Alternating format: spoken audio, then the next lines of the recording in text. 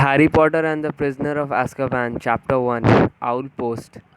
Harry Potter was a highly unusual boy in many ways. For one thing, he hated the summer holidays more than any other time of year. For another, he really wanted to do his homework but was forced to do it in secret in the dead of night. And he also happened to be a wizard. It was nearly midnight, and he was lying on his stomach in bed, the blankets drawn right over his head like a tent, a flashlight in one hand, and a large leather bound book, A History of Magic by Bathilda Bagshot, propped open against the willow. Harry moved the tip of his eagle feather quill down the page, frowning as he looked for something that would help him write his essay, which, burning in the 14th century, was completely pointless. Discuss. The quill paused at the top of a likely looking paragraph. Harry pushed his round glasses up the bridge of his nose, moved his flashlight closer to the book, and read. Non magic people, more commonly known as muggles, were particularly afraid of magic in medieval times, but not very good at recognizing it. On the rare occasion that they did a catch, that they did catch a real witch or wizard, burning had no effect whatsoever. The witch or wizard would perform a classic flame freezing charm and then pretend to shriek with pain while enjoying a gentle tickling sensation. Indeed, Wendelin the Weird enjoyed being burned so much that she allowed herself to be caught no less than 47 times in various disguises. Harry put his quill between his teeth and reached underneath his pillow for his ink bottle and a roll of parchment.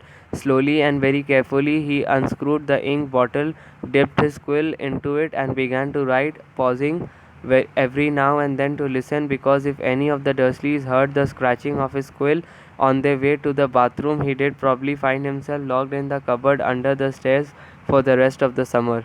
The Dursley family of number 4 Private Drive was the reason that Harry never enjoyed his summer holidays. Uncle Vernon, Aunt Petunia, and their son Dudley were Harry's only living relatives. They were muggles, and they had a very medieval attitude towards magic. Harry's dead parents, who had been a witch and wizard themselves, were never mentioned under the Dursleys' roof. For years, Aunt Petunia and Uncle Vernon had hoped that if they kept Harry as downtrodden as possible, they would be able to squash the magic out of him. To their fury, they had been unsuccessful. These days, they lived in terror of anyone finding out that Harry had spent most of the last 2 years at Hogwarts School of Witchcraft and Wizardry. The most they could do, however, was to lock away Harry's spellbooks, wand, cauldron, and broomstick at the start of the summer break and forbid him to talk to the neighbors. This separation from his spellbooks had been a real problem for Harry because his teachers at Hogwarts had given him a lot of holiday homework. One of the essays, a particularly nasty one about shrinking potions, was for Harry's least favorite teacher, Professor Snape, who would be delighted to have an excuse to give Harry detention for a month. Harry had therefore seized his chance in the first week of the holidays. While Uncle Vernon, Aunt Petunia, and Dudley had gone out into the front garden to admire Uncle Vernon's new company car in very loud voices so that the rest of the street would notice it too, Harry had crept downstairs, picked the lock on the cupboard under the stairs, grabbed some of his books, and hidden them in his bedroom. As long as he didn't leave spots of ink on the sheets, the Dursleys need never know that he was studying magic by night. Harry was particularly keen to avoid trouble with his aunt and uncle at the moment, as they were already in an especially bad mood with him. All because he did received a telephone call from a fellow wizard 1 week into the school vacation. Ron Weasley, who was one of Harry's best friends at Hogwarts, came from a whole family of wizards. This meant that he knew a lot of things Harry didn't, but he had never used a telephone before. Most unluckily, it had been Uncle Vernon who had answered the call. Vernon Dursley speaking. Harry, who happened to be in the room at the time, froze as he heard Ron's voice answer. Hello, hello, can you hear me? I want to talk to Harry Potter. Ron was yelling so loudly that Uncle Vernon jumped and held the receiver a foot away from his ear, staring at it with an expression of mingled fury and alarm. Who is this? He roared in the direction of the mouthpiece. "Who are you?" "Ron Weasley." Ron bellowed back as though he and Uncle Vernon were speaking from opposite ends of a football field. "I am a friend of Harry's from school." Uncle Vernon's small eyes swiveled around to Harry, who was rooted to the spot.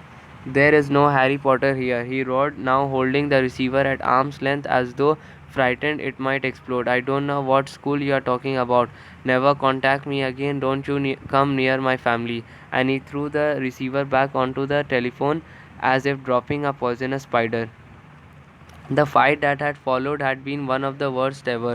"How dare you give this number to people like you?" Uncle Vernon had roared, spraying Harry with spit.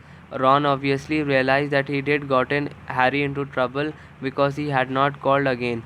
Harry's other best friend from Hogwarts, Hermione Granger, had not been in touch either. Harry suspected that Ron had warned Hermione not to call, which was a pity because Hermione, the cleverest witch in Harry's ear, had Muggle parents, knew perfectly well how to use a telephone and would probably have enough sense not to say that she went to Hogwarts. So Harry had no word from any of his visiting friends for 5 long weeks, and this summer was turning out to be almost as bad as the last one. There was just one very small improvement. After swearing that he wouldn't use her to send letters to any of his friends, Harry had been allowed to let his owl Hedwig out at night. Uncle Vernon had given in because of the racket Hedwig made if she was locked in her cage all the time. Harry finished writing about Wendelin the Weird and paused to listen again. The silence in the dark house was broken only by the distant grunting snores of his enormous cousin Dudley. It must be very late, Harry thought. His eyes were itching with tiredness. Perhaps he did finish this essay tomorrow night. He replaced the top of the ink bottle, pulled an old pillowcase from under his bed, put the flashlight, a history of magic, his essay quill, and ink inside it, got out of bed and hid the lot under a loose floor board under his bed. Then he stood up, stretched, and checked the time on the luminous alarm clock on his bedside table. It was 1 o'clock in the morning. Harry's stomach gave a funny jolt. He had been 13 years old without realizing it for a whole hour.